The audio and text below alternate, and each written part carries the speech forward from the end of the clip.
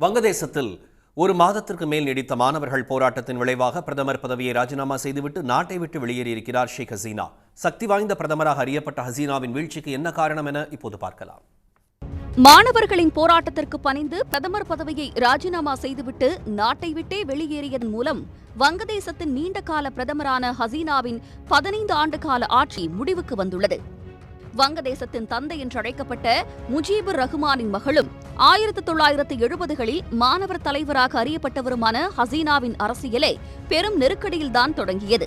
1975இல் ராணுவ ஆட்சி கவிழ்ப்பின் போது அதிபராக இருந்த முஜீபுர் ரஹ்மான் அவருடைய மனைவி மற்றும் அவரது 3 மகன்கள் படுகொலை செய்யப்பட்ட போது ஐரோப்பாவில் இருந்ததால் உயிர் தப்பிய ஹசீனா 1980இல் வங்கதேசம் திரும்பி தன்னுடைய தந்தை முஜீபுர் ரஹ்மானின் அவாமி லீகின் தலைவராக பொறுப்பேற்றார்.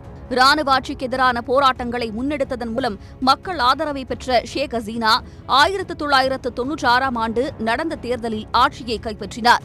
இந்தியாவுடனான நதிநீர் ஒப்பந்தம், பழங்குடி போராளிகளுடனான அமைதி பேச்சுவார்த்தை ஆகியவை அவருக்கு பெருமை சேர்த்தாலும் ஆட்சிக்கு எதிரான ஊழல் குற்றச்சாட்டுகளும் அதிகரித்தன.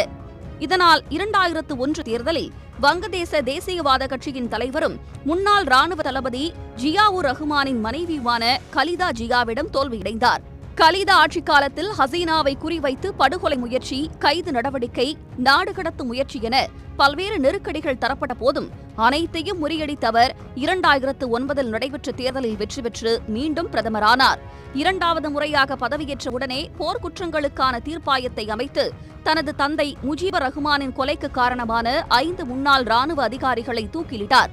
பிரதான எதிர்க்கட்சியான தேசியவாத கட்சியோடு நெருக்கமான இஸ்லாமிய ஆயுத குழுவான ஜமாத்தே இஸ்லாமின் தலைவர் 2013ஆம் ஆண்டு கொல்லப்பட நாடு முழுவதும் வன்முறை வெடித்தது.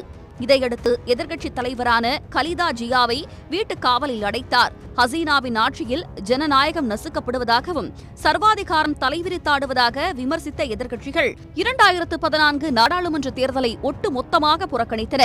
ஆனால் அதை பற்றி கவலைப்படாமல் ஹசீனா மீண்டும் பிரதமராக போட்டியின்றி தேர்ந்தெடுக்கப்பட்டதாக அறிவிக்கப்பட்டது. இது மக்களிடையே அதிருப்தியை ஏற்படுத்தியது.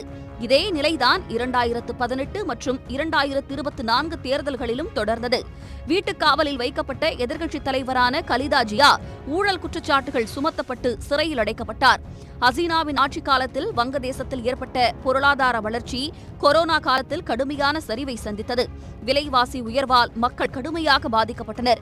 குறிப்பாக கடந்த 4 ஆண்டுகளில் நாட்டில் ஊழல் அளவுக்கு அதிகமாக அதிகரித்ததும் கட்டுக்கடங்காத விலைவாசி உயர்வும் ஹசீனாவுக்கு கடும் நெருக்கடியை ஏற்படுத்தின.